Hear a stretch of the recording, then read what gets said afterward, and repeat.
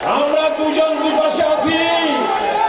এই তিনজনের উপরে আমরা উকিয়া টেকনাফের আমরা আস্থা বিশ্বাস রাখতে পারেন। পরে ওনার সামনে হাজির দিন ওনারা কেন বানা সামনে ওনারা জানুন এই যে আজিয়ার এই পরিস্থিতি, আজিয়ার এক মুক্ত পরিবেশে ওনার সামনে জনসভার মধ্যে হতা হয়। কিন্তু 2024 সালের 5ই আগস্টের আগে রাস্তাঘাটে মানুষ নিরাপদ আসেন না নমাসিন আর 12 বছর এই আই ব্যক্তিগতভাবে উকিয়া স্টেশন আইন নেওয়া পারি দীর্ঘদিন জেল হাঁটি দেশ হতে দায়ী এর বিদেশের মধ্যে পালাই থাকতো পালিয়েছিলাম। কিন্তু এদেশের পরিস্থিতি আমরা ঠিক করতে পারি নাই, আন্দোলন করে স্বৈরাচারকে আমরা ঠেকাতে পারি নাই, আমরা বিতাড়িত করতে পারি নাই।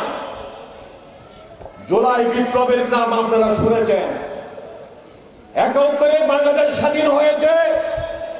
সে রাওয়ালপিন্ডি থেকে স্বাধীনতা সার্বভৌমত্ব ঢাকায় আসার কথা ছিল, কিন্তু ঢাকায় আসতে পারে নাই। সেই স্বাধীনতা সার্বভৌমত্ব রাওয়ালপিন্ডি থেকে দিল্লিতে পৌঁছার দিকে আসতে পারে নাই। পেরেছে?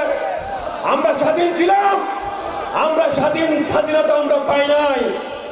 আমরা পরাধীন ছিলাম। দিল্লির কাছে বাংলাদেশের স্বাধীনতা সার্বভৌমত্ব জিম্মি ছিল। আমরা দ্বিতীয়বার স্বাধীন হয়েছি সে 5ই আগস্ট 2024 সালে।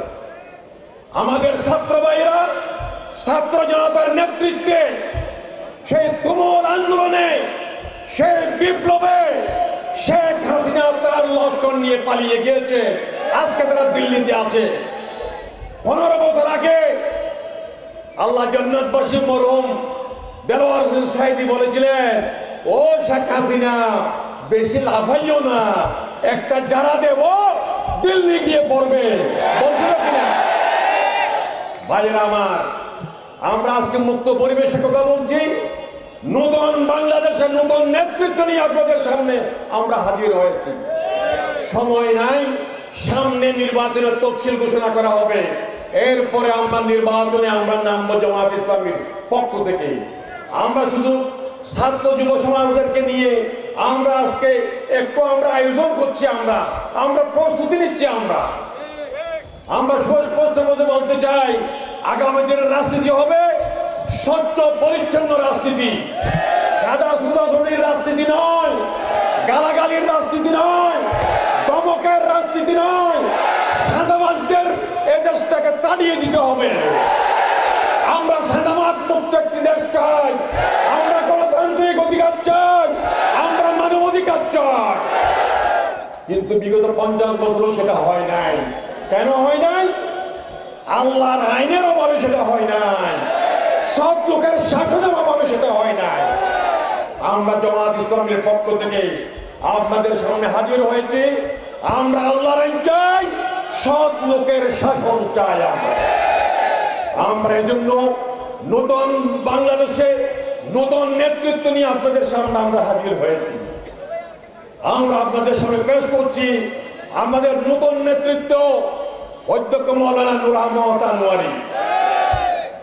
আনোয়ারি আপনি কেন আসেন?